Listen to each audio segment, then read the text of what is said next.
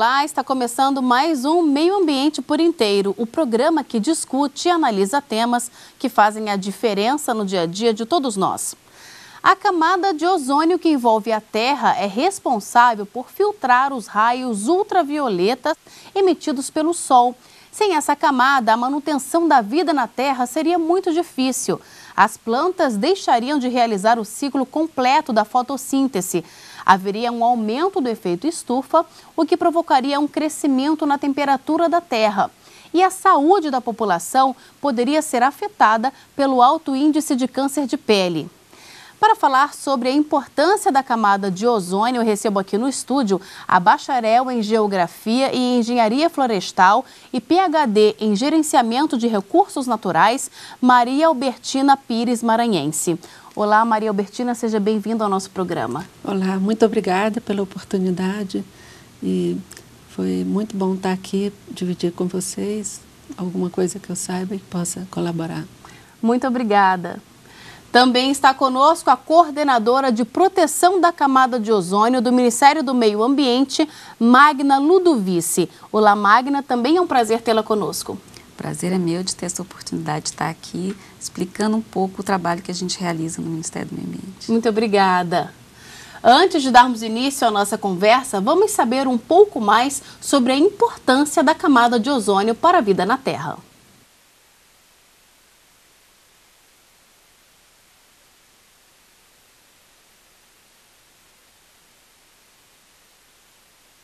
A camada de ozônio é uma capa que envolve a Terra e a protege.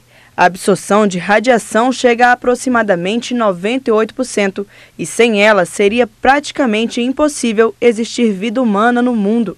Nos últimos séculos, essa camada está sendo destruída aos poucos, aumentando a radiação ultravioleta. Mas você sabe o que causa essa destruição? É a poluição, é a evolução, são os prédios, são as indústrias. Os carros que jogam muita gás carbônico na atmosfera que forma isso, né, que vai acabando com a camada de ozônio. A emissão de gases carbonos e os CFCs, e principalmente o gás metano. A principal causa do buraco na camada de ozônio é a reação química dos clorofluorcarbonos com o ozônio. Estes CFCs são encontrados em aerosóis, ar-condicionado e gás de geladeira. Outro problema que acarreta o aumento é a ampliação da industrialização e o número de veículos nas ruas.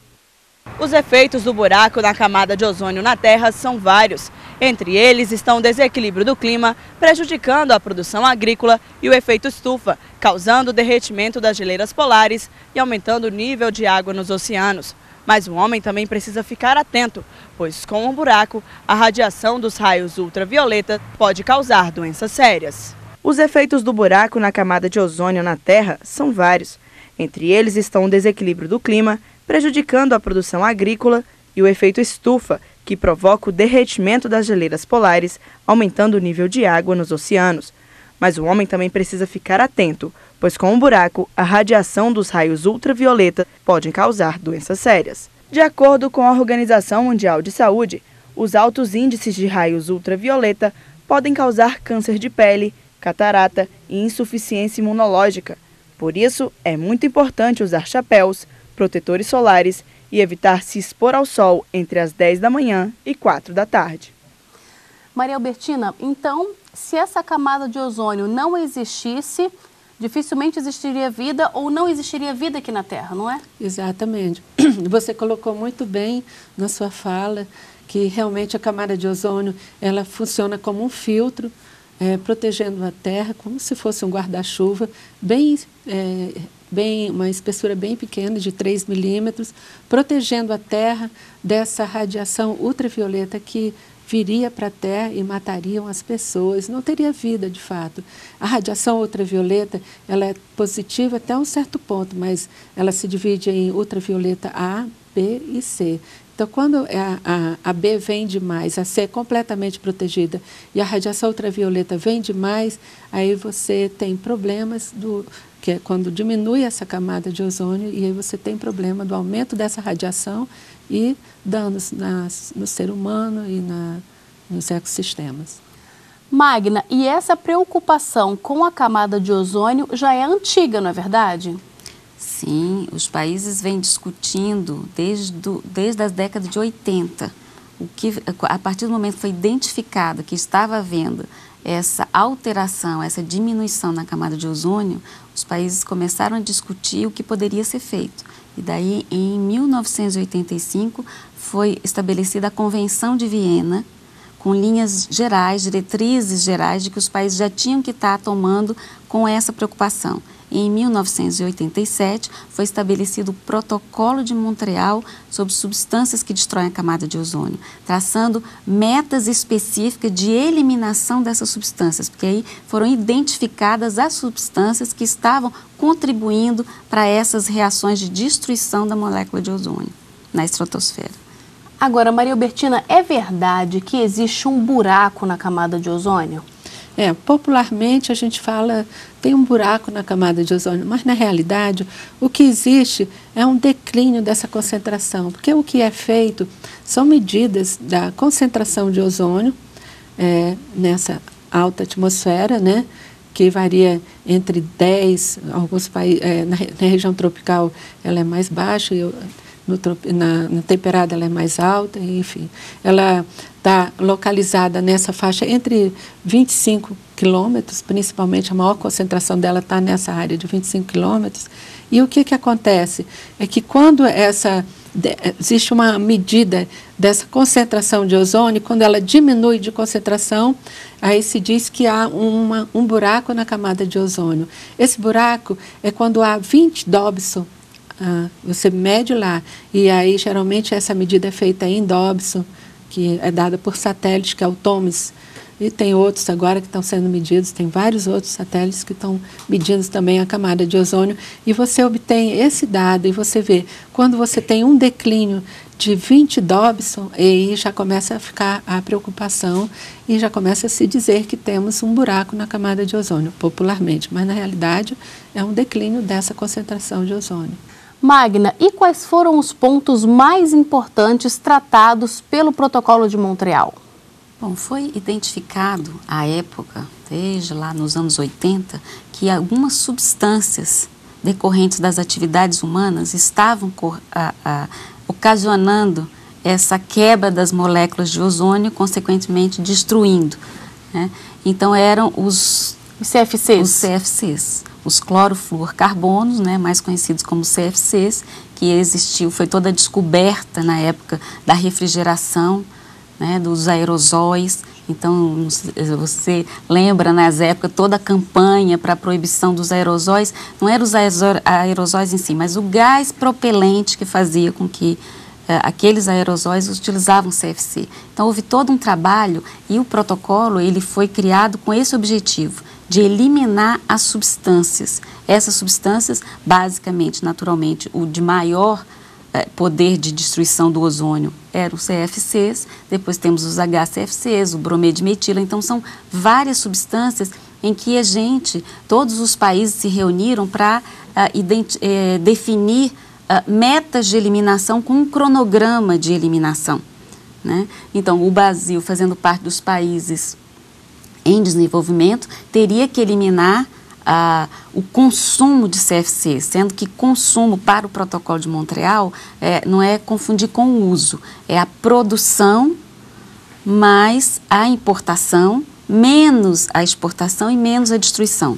Então, o Brasil era produtor de CFC, deixou de ser há muito tempo. Então, nós passamos a controlar esta importação de CFC que entrava no país, para sendo eliminado gradativamente. Isso é um trabalho conjunto de governo, sociedade, setor privado, né? Então, nós atuamos muito em conjunto com o IBAMA, que é o órgão fiscalizador e controla a anuência de importação. Então, a partir de 2010, o Brasil não consome mais CFC. Então, o que existe é o CFC que está nos bancos, nos equipamentos antigos, com mais de 10 anos de uso, eram fabricados. Porque você começa a proibição da fabricação de equipamentos novos, né, com CFC. E nós agora estamos numa outra fase de eliminação dos HCFCs. Então, todos os países estão voltados, tem um novo cronograma a partir de 2007, né, quando se completava 20 anos do Protocolo de Montreal, os países se reuniram, porque o HCFC ele tinha praticamente a metade do potencial de destruição do ozônio. Então, a eliminação estava prevista somente em 2040, sendo que se congelava o consumo em 2016, nos níveis de 2015. Então, ficava um patamar muito elevado e de repente ia zero. E com a experiência do CFC, em que foi escalonadamente sendo reduzido 10%, 20% e assim sucessivamente, se optou também, então, um novo cronograma antecipando os prazos de eliminação dos HCFC, são os hidroclorofluorcarbonos, que existem, foram substitutos dos CFCs, porque era uma fase intermediária. Então, é isso que hoje em dia estamos trabalhando. Já estamos na primeira fase de implantação do Programa Brasileiro de Eliminação dos HCFCs, em que temos que cumprir inicialmente as duas primeiras metas. Congelamento do consumo no ano de 2013, na média 2009 e 2010. Então, o Brasil já tem seus dados, anualmente nós temos os dados, informamos ao Protocolo de Montreal, o secretariado do protocolo, e a partir daí montou-se a linha de base brasileira, que são 1.327 toneladas de PDO, que é o potencial de destruição do ozônio que cada HCFC tem. Então, a partir desse 1.327, a gente congela o consumo este ano nesse valor.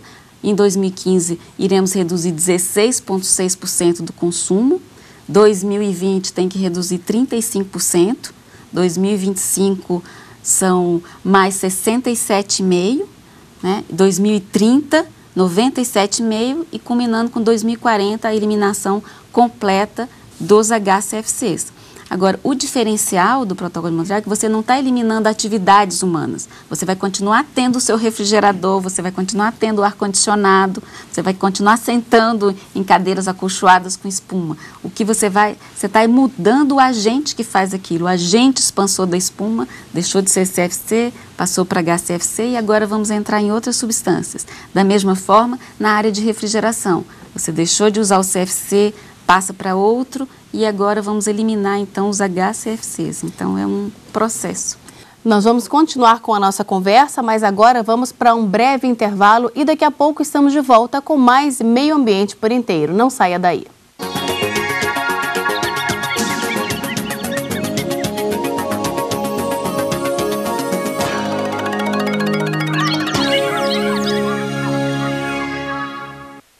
Estamos de volta com o Meio Ambiente por Inteiro, que hoje fala sobre a camada de ozônio. Participam do programa a bacharel em Geografia e em Engenharia Florestal e PhD em Gerenciamento de Recursos Naturais, Maria Albertina Pires Maranhense.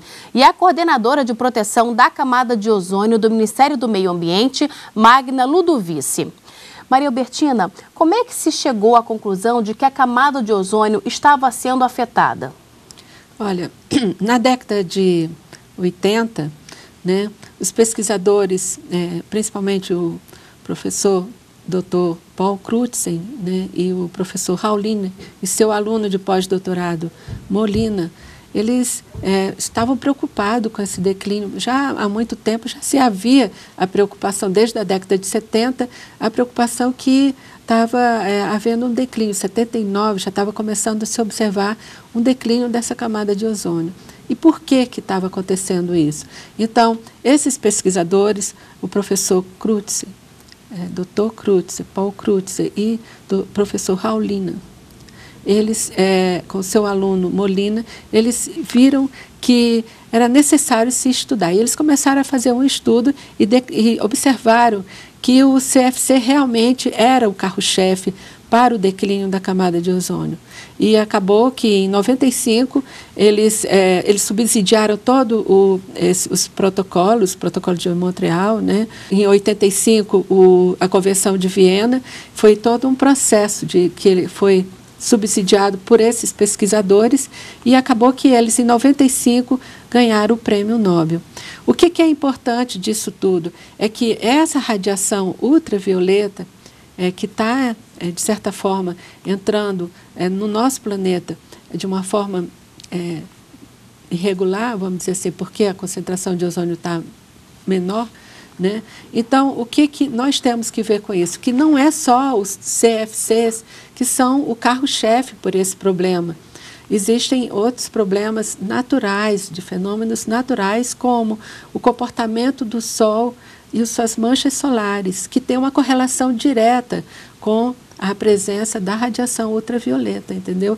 Existe uma correlação direta do ozônio com as manchas solares. Isso já comprovadamente, inclusive eu fiz esse experimento na minha tese de doutorado e observei a correlação direta entre as manchas solares e a concentração de ozônio. Mas nesse caso, esse fenômeno não pode ser controlado por nós? Não pode. Então, mas o que é possível se fazer, os governos nacionais e internacionais estão fazendo. O que não é possível se fazer, tem que se fazer estratégias para informar a população desses altos índices de radiação ultravioleta, para proteger essa população contra as incidências de câncer de pele, a baixa do sistema imunológico, todo o processo que essa radiação pode dar tanto nos seres humanos como nos ecossistemas. Então, esse que é a grande preocupação no momento. E Magna, o protocolo de Montreal, ele vem realmente sendo cumprido? O Brasil, por exemplo, superou as suas metas? Sim, o protocolo de Montreal ele é reconhecidamente como o protocolo multilateral ambiental mais bem sucedido, porque ele tem o diferencial, naturalmente, todos os países participam, todos os países têm metas a cumprir, mesmo que diferenciadas em cronogramas diferenciados, né? E também tem um fundo vinculado ao protocolo que apoia os países em desenvolvimento. Então, essa é uma característica também peculiar do protocolo de Montreal. A partir do momento que os países desenvolvidos, eles auxiliam os países em desenvolvimento a cumprir suas metas. Em relação à sua pergunta, o Brasil, as substâncias que destroem a camada de ozônio não são só os CFCs, temos várias famílias de gases. Os CFCs, eles são os maiores destruidores, digamos assim, tem maior potencial de destruição da molécula de ozônio.